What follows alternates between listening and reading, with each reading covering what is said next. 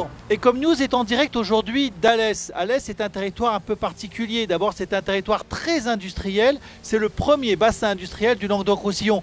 Et maintenant, le deuxième bassin industriel de la grande région. Nous allons être reçus tout à l'heure dans ce bâtiment par le président de la Chambre de commerce, Francis Cabana, et le président de l'agglomération d'Alès, Max Roustan. Ces deux hommes se sont rencontrés il y a maintenant une vingtaine d'années et ont changé ce territoire, l'ont complètement transformé. On va aller les rencontrer pour savoir justement quel va être l'avenir de ce territoire et comment ce territoire va pouvoir se développer à l'intérieur de la grande région.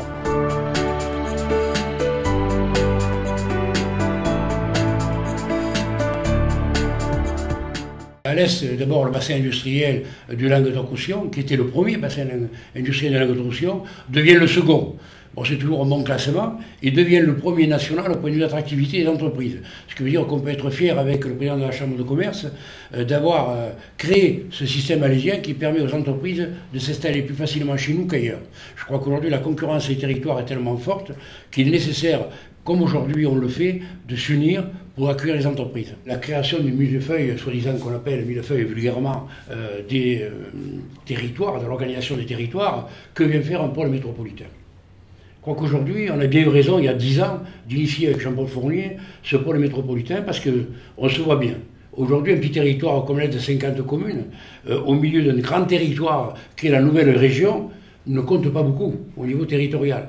Donc il faut se faire là aussi valoir, et je crois que le pôle métropolitain a ce rôle-là de communication importante entre Nîmes et Alès. Par définition, la Chambre de commerce a plusieurs missions: accompagner les entreprises dans leur développement et accompagner les territoires également dans leur développement, plus la formation.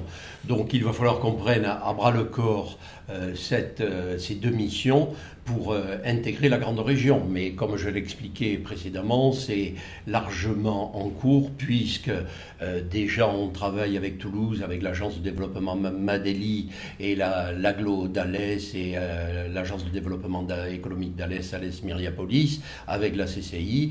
On travaille également avec les industriels, les gros industriels du bassin toulousain. Malgré le racket que nous fait l'État sur les collectivités dans le cadre du redressement des finances publiques, je rappelle quand même que nos collectivités ont des budgets équilibrés, donc ne sont pas fautives dans la dette nationale qui aujourd'hui est la nôtre. Nous participons du fait à ce redressement. L'État nous retire sur l'agglo d'Alès et de la commune confortée 60 millions d'euros. Donc il faut économiser 60 millions. Alors j'ai décidé, et mes collègues m'ont suivi, de maintenir coûte que coûte l'investissement sur cette agglomération. C'est-à-dire qu'il a augmenté de 3% jusqu'à la fin du mandat. L'investissement ne sera pas touché. Par contre, effectivement, nous allons bricoler ici ou là des coupes sombres pour maintenir évidemment ce cap, qui ne sera pas facile, mais c'est un pari, et sans augmenter l'impôt, évidemment, puisque je rappelle que notre collectivité ne lève pas l'impôt sur les familles. Donc quelque part c'est un pari audacieux, mais je crois que c'est un pari essentiel. Avec l'école des mines, on est en train de travailler sur le concept de l'usine du futur, des productions additives, c'est-à-dire ce qu'on appelle les Fab Labs, les impressions 3D, et ça c'est une révolution majeure, c'est une révolution qui va être extraordinairement difficile à maîtriser et qui peut faire beaucoup de dégâts. Il faut savoir par exemple que dans toutes les nouvelles technologies qui sont aujourd'hui prises par Airbus, la production additive est majeure. C'est un tournant, je dirais moi, après les ordinateurs, c'est le tournant majeur des 30 années à venir, et il faut qu'on se positionne fort là-dessus. On s'est aperçu qu'effectivement, dans le bassin alésien, beaucoup d'entreprises existantes déjà travaillent à l'international. Et pour donner un second souffle à ces entreprises et à d'autres, nous avons souhaité, avec la Chambre de commerce évidemment comme d'habitude, l'école des mines, partir en partenariat sur des pays étrangers. Alors, la démarche est simple. Nous partons aux chambres de commerce, mairie, école des mines, et nous allons avec des entreprises qui sont intéressées par ce déplacement et qui vont discuter là-bas avec l'union patronale, avec les ministres concernés.